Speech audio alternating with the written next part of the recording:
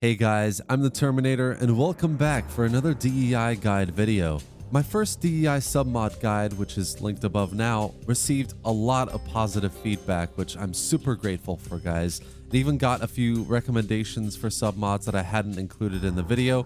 So if you've watched my first video, then strap yourselves in for some more awesome submods for DEI. Rome 2 was a buggy, incomplete mess when it first released, hence why there are literally thousands of mods to choose from in the Steam Workshop to help everything from simple patches to changing faction emblems to massive overhauls like Divide Et Impera. As with anything though, DEI doesn't get everything 100% right, and everyone has their own vision of the perfect Rome 2 game. So you can use various submods like the ones I suggested in my first video and the ones I'm about to recommend here as well to get you to that perfect Rome 2 game that you're looking for. I'm going to be going through 10 submods today with you guys, so I've categorized these into 4 sections, much like I did in the first video. So there's going to be a few in the graphics section, a few in the campaign management section, and then the last couple sections really are about whether you want to try out a 12 turn per year gameplay or a 24 turn per year gameplay and the various things that you need to do that. So let's get started. In my first video, I recommended various submods that help the visual quality of Rome 2, including ORBIS Terrarium, Better Waters, Ancient Colors, Roman Legions, etc. One I missed out though was HD Cities, which brings us a new look and feel to cities in Rome 2, both civilized and barbarian, so that they are a bit more lively and interesting. Rome 2 cities tend to be a bit bland after a while, but with this mod, I guarantee you'll enjoy them a little bit better on the map. Again, in the interest of making your campaign map more visually appealing, definitely check out the blank borders and blank trade lines mods. These are 2 separate mods which remove borders and trade lines completely from your map. Another fantastic submod you have to try is Better Building Icons, which changes vanilla building icons to DEI versions using Benjin's Building Icons mod that he built for Attila. It makes the campaign a bit more immersive and unique across different factions as well that have access to different types of buildings. They also look really good. I mean, as you can see on the screen now, the different icons look a lot more visually appealing compared to vanilla, so I would absolutely recommend you try this one in your next campaign. AAA Generals is a 100% must-have in this list that changes DEI Generals in several ways and makes them far more dynamic than in vanilla. The submod essentially changes the way generals look throughout your campaign in 3 key ways. As a character ages over the years, their facial appearance will gradually look older. This will provide a visual clue to the player that a character will soon be reaching a natural death. For characters belonging to other factions, you previously had no idea of knowing roughly how old they were, but with this mod, you now do. As a character ranks up through battles, their gear will become more extravagant, as befits their status and accumulated gravitas. They will even start wearing the armor openly in the Senate like a dictator would when not leading an army after they have attained a high enough rank. Finally, characters with this mod adapt their clothing to seasons. So when the season changes to winter, they will swap their appearance to a version which will wear winter clothing. This will provide a bit more immersion and variation to their appearances to fit the surrounding environments. Essentially, generals become people you kind of care about. They age, they react to the weather, and they grow with experience, which you can clearly see on the campaign map and in the battlefield.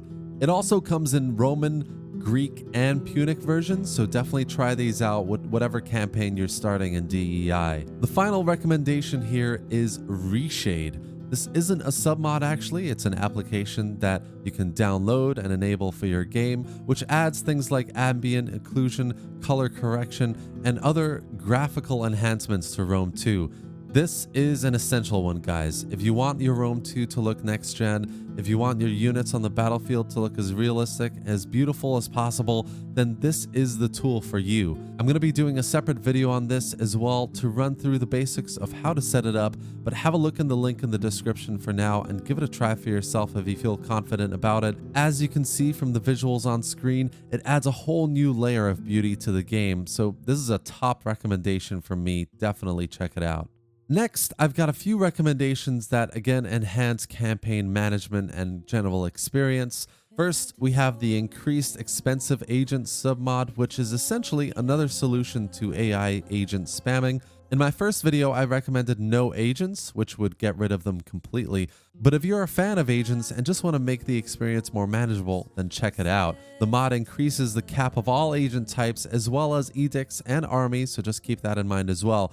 But it also increases the cost of each agent type so that the dignitary costs 2,000, the spy costs 3,000, and the veteran costs 4,000. It also makes offensive agents more expensive to recruit and their actions more costly. It's a relatively new mod released at the beginning of April, and it's for DEI only, so don't try it with any other mods, guys, but definitely give it a try if you want to have a bit more of an enhanced agent experience where agents are essentially more valuable, that when you want to deploy and use them, you really want to make sure you're using them in the right way instead of, being able to spam them left, right, and center, and for the AI to not spam you in that same way as well. So give it a try, guys. Wonders of the Ancient World is a submod that adds 20 unique historical event messages to the campaign that occur in the middle of each year. So starting from turn 3, from the Colossus of Rhodes to the Oracle of Amun-Ra, you'll experience all of these within the first 100 turns with detailed descriptions of the events, buffs, and locations. Definitely check it out for a bit more immersion in your DEI campaign,